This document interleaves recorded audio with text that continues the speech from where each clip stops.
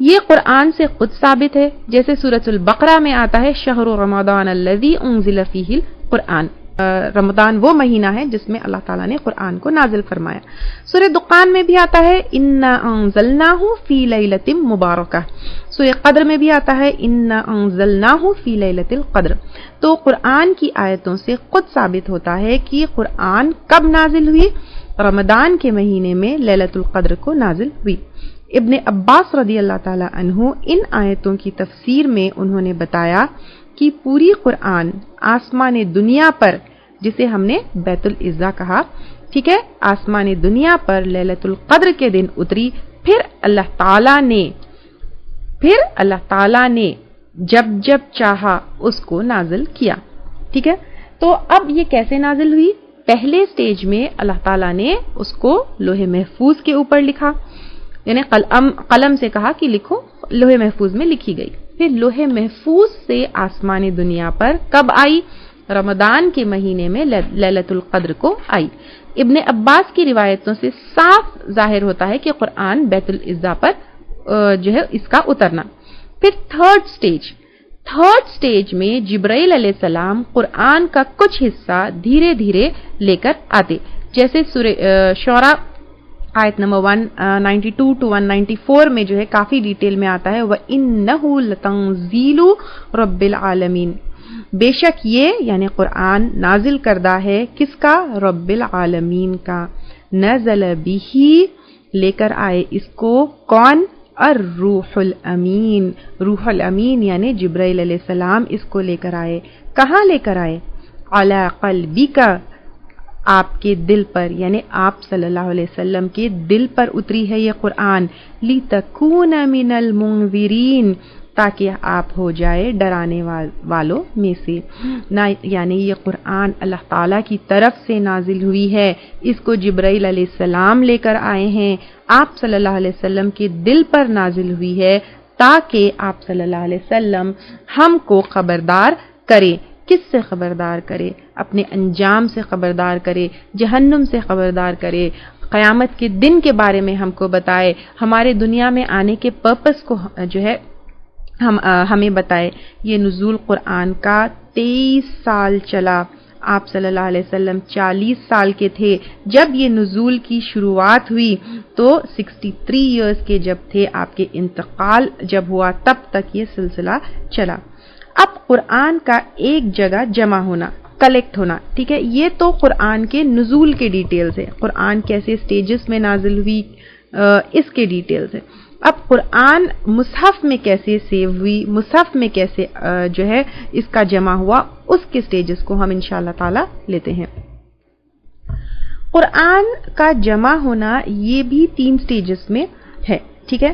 اب اس کا کلیکٹ ہونا، اکٹھا ہونا اور ایک کتاب کی شکل میں آنا، پھر قیامت تک کے لیے محفوظ ہونا، یہ بہت ہی اسپیشل مقام رکھتا ہے، کیونکہ دنیا کی کتابوں کو تو دنیا کی کتابیں تو بہت دور کی کتاب ہیں، ایون الہامی کتابیں یعنی ڈیوائن ریویلیشنز جو ہے، اس میں بھی قرآن ایک اکیلی کتاب ہے جس کی حفاظت کی ذمہ داری اللہ تعالیٰ خود نے لی ہے۔ جیسے سورہ ہجر آیت نمبر 9 میں اللہ تعالیٰ فرماتے ہیں اِنَّا نَحْنُ نَزَّلْنَا الذِّكْرَ وَإِنَّا لَهُ لَحَافِظُونَ، یعنی اللہ تعالیٰ فرماتے ہیں بے شک ہم نے نازل کیا الذکر کو یعنی قرآن کو، اور بے شک ہم اس کی حفاظت کریں گے۔ تو قرآن کی حفاظت، اس کا جمع ہونا، اس کا کلیکشن، یہ بھی 3 سٹیجز میں ہوا، ٹھیک ہے۔ سب سے پہلے آپ صلی اللہ علیہ وسلم کے زمانے میں، پھر اس کے بعد ابو بکر صدیق رضی اللہ تعالی عنہ کے زمانے میں، پھر اس کے بعد عثمان رضی اللہ تعالی عنہ کے زمانے میں۔ وہی جیسے جیسے نازل ہوتی تو آپ صلی اللہ علیہ وسلم صحابہ اکرام کو قرآن سکھاتے۔ قرآن یاد کرنے میں بہت مشہور صحابہ کے جو نام آتے ہیں وہ ابو بکر صدیق، عمر، علی، عثمان، حذیفہ، عبداللہ بن مسعود، عبداللہ بن عباس، ابی بن کعب، معاذ بن جبل، زید بن ثابت رضی اللہ تعالی عنہم وغیرہ ہے۔ آپ صلی اللہ علیہ وسلم صحابہ اکرام کو قرآن یاد دلاتے اور اس کے علاوہ پر قرآن لکھواتے اور چیک بھی کرتے تاکہ وہ صحیح لکھی گئی یا نہیں لکھی گئی۔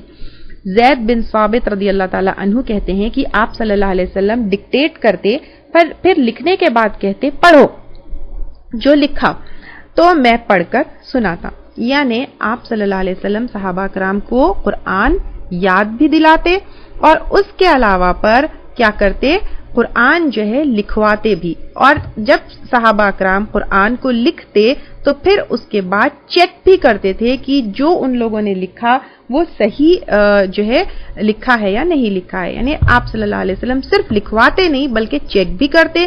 اور صحابہ کرام کو بہت سارے صحابہ کرام نے آپ صلی اللہ علیہ وسلم کی زندگی میں قرآن کو پورا یاد بھی کیا. اب قرآن کس پر لکھتے؟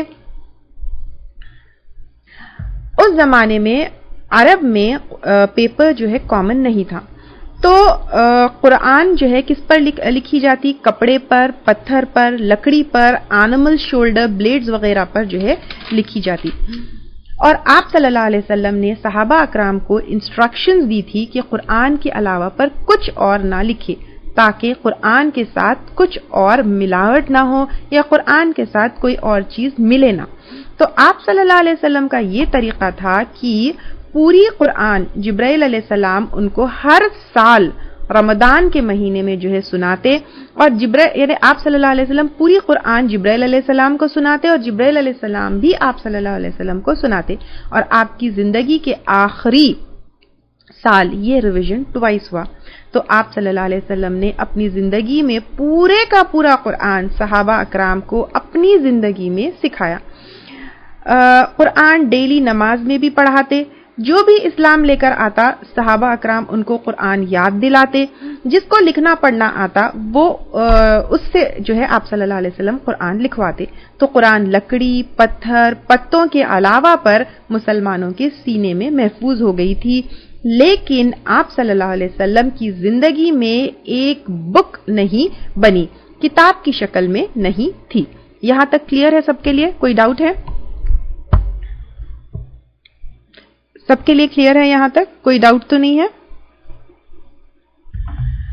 تو آپ صلی اللہ علیہ وسلم کے زمانے میں ٹھیک ہے ہم لوگوں نے یہ دیکھا کہ کس طرح جو ہے آپ صلی اللہ علیہ وسلم کے اوپر وحی اترتی اور دھیرے دھیرے جو ہے وحی آئی. کتنے دن میں آئی؟ 23 ایئرز میں آئی. اور یہ 3 سٹیجز بھی ہم لوگوں نے دیکھے کیسے 3 سٹیجز میں آئے. ٹھیک ہے، پہلے لوح محفوظ میں لکھی گئی، وہاں سے جو ہے آسمان دنیا پر آئی.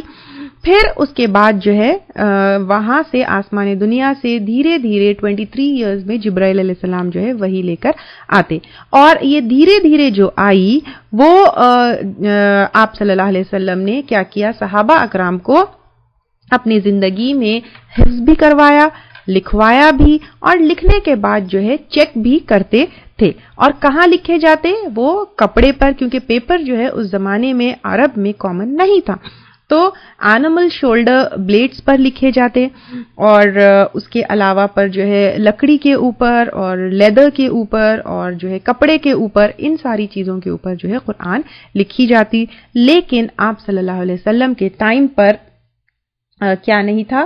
آپ صلی اللہ علیہ وسلم کے ٹائم پر ایک بک کی شکل میں جو ہے نہیں تھا. اب ابوبکر صدیق رضی اللہ تعالی عنہ آپ صلی اللہ علیہ وسلم کے بعد خلیفہ بنے. پولیٹیکل کنڈیشنز کچھ ڈفرینٹ تھے، جنگیں ہوتی تھی، بہت سارے صحابہ اکرام جنگوں میں پارٹیسپیٹ کرتے تھے. ایک تو جہاد کا اجر اور ثواب کیا ہے سب کو پتا تھا، اور دوسرا شہید ہونے کا اجر اور ثواب کیا تھا وہ بھی سب کو پتا تھا. تو اجر اور ثواب کے حرص میں صحابہ اکرام بڑھ چڑھ کر جنگوں میں پارٹیسپیٹ کرتے. اور جنگ یمامہ جو 12 ہجری میں ہوئی اس میں تقریباً 70 یعنی 70 ایسے صحابہ اکرام شہید ہوئے جن کو قرآن حفظ تھی، یعنی قرآن جن کو یاد تھی. ویسے 70 صحابہ اکرام جنگ یمامہ میں شہید ہوئے. تو اتنے زیادہ حفاظ کے شہید ہونے پر عمر رضی اللہ تعالی عنہ کو بہت فکر ہوئی اور وہ پریشان ہوئے، اور اندازہ ان کو یہ ہوا کہ آگے بھی بہت ساری جنگیں ہو سکتی ہے اور ایسے حالات ہو سکتے ہیں، تو کوئی نہ کوئی سٹیپ لینا ضروری ہے. تو وہ ایک سلیوشن کے ساتھ ابوبکر صدیق رضی اللہ تعالی عنہ کے پاس آئے کہ قرآن کو ایک بک کی شکل میں ہمیشہ ہمیشہ کے لیے محفوظ کر دینا چاہیے.